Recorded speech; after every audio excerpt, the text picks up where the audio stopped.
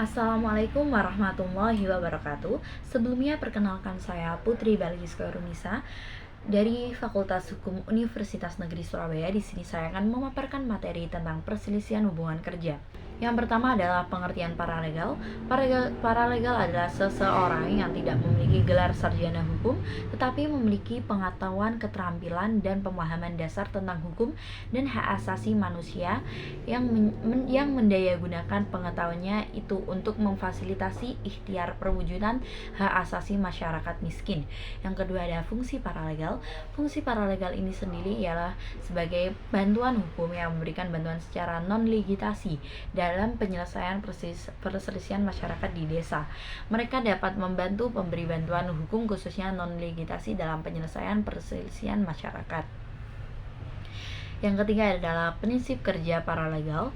Paralegal harus memegang prinsip kerja yang berfokus pada penyelesaian masalah yang non-ligitasi dan memperjuangkan nilai idealisme dan moralitas. Mereka harus memiliki pengetahuan tentang hukum, hak asasi manusia, dan keterampilan dalam memberikan bantuan hukum. Selanjutnya ialah peran paralegal dalam perselisihan hubungan kerja.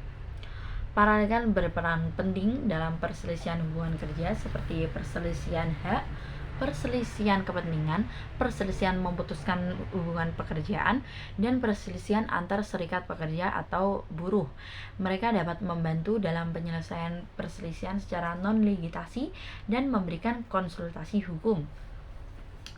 Selanjutnya langsung kita masuk ke kesimpulan.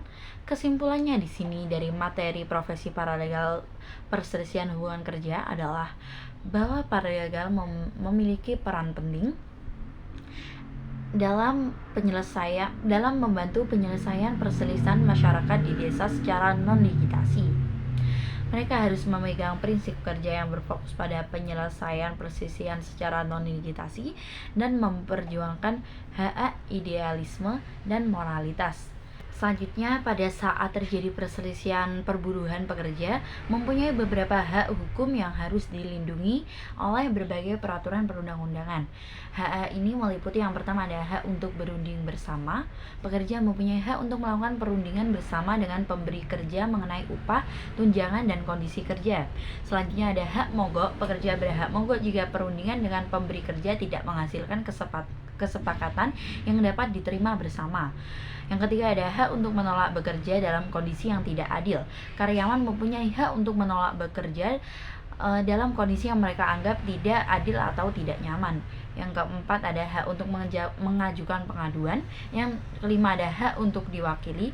Dan yang keenam adalah hak atas informasi. Karyawan mempunyai hak atas informasi mengenai perselisihan perburuan, termasuk rincian mengenai perselisihan tersebut, negosiasi yang dilakukan, dan hasilnya.